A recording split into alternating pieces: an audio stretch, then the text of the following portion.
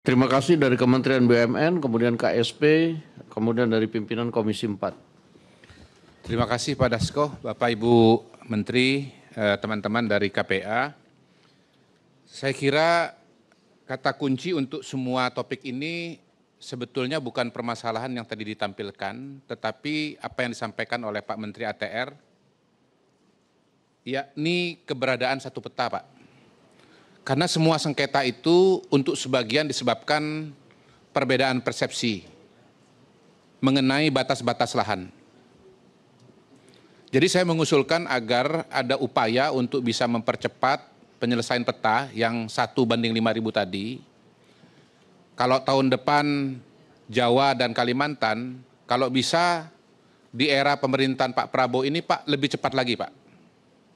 Karena kita membuat aturan dan arrangement sebaik apapun, ya Pak Raja Juli ya Pak ya.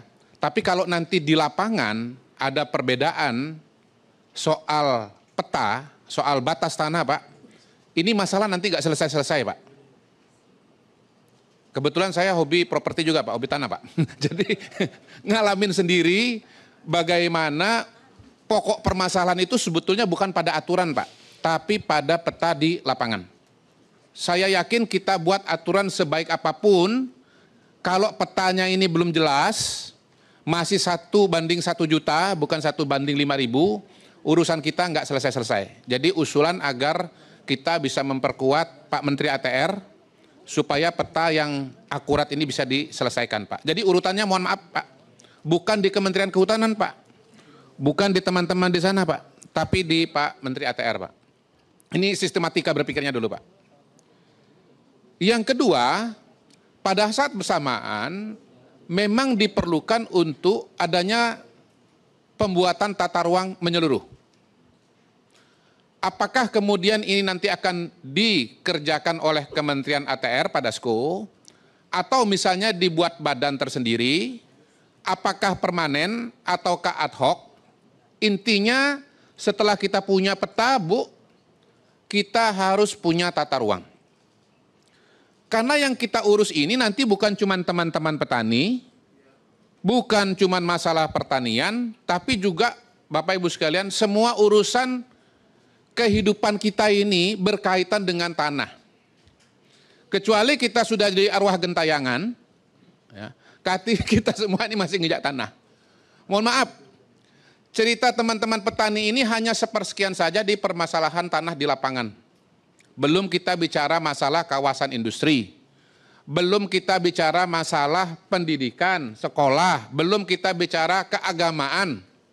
Mohon maaf Pak, urusan pembebasan atau urusan pembangunan jalan tol ke Sukabumi itu bukan cuma urusan lahan pertanian Pak, tapi lahan yang berkaitan dengan kegiatan keagamaan Pak. Bisa dicek kepada Menteri PU. Jadi Pak, mohon maaf Pak, tata ruang ini Pak. Nah saya nambahkan Pak Menteri ATR, Menteri Desa.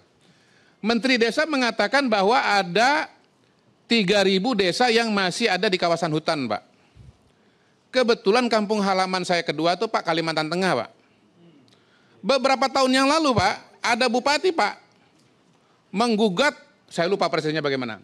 Tapi urusannya adalah ternyata sebagian kantor pemerintah kabupaten, termasuk kantor bupati, wilayah hutan Pak. Demi Allah. Pak Kodari, kantor gubernur, kantor DPR, kantor Polda Kalimantan Tengah, kawasan hutan. Tos. Kalau data saya nggak ada sih Pak, kalau beliau nggak tahu ya data aktivis beliau ini. Yang saya ingat itu ya Kabupaten Kapuas yang memang ketemu langsung dengan saya.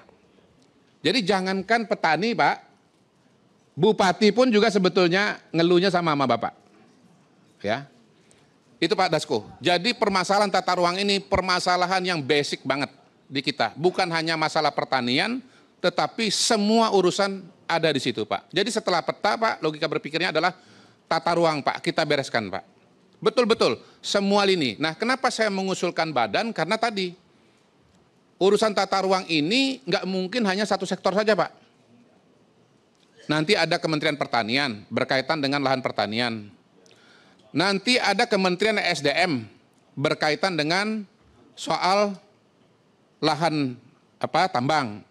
Saya ini sedang membantu Pak, Pertamina Hulu Energi Pak. Karena mereka mau ngejar target kemandirian energi Padasco itu terkendala dengan aturan dari gubernur kemarin Jawa Barat bahwa tidak boleh alih fungsi lahan. Jadi mereka mau produksi minyak itu, Pak. Karena itu lahannya itu lahan pertanian, nggak bisa dikerjakan, Pak.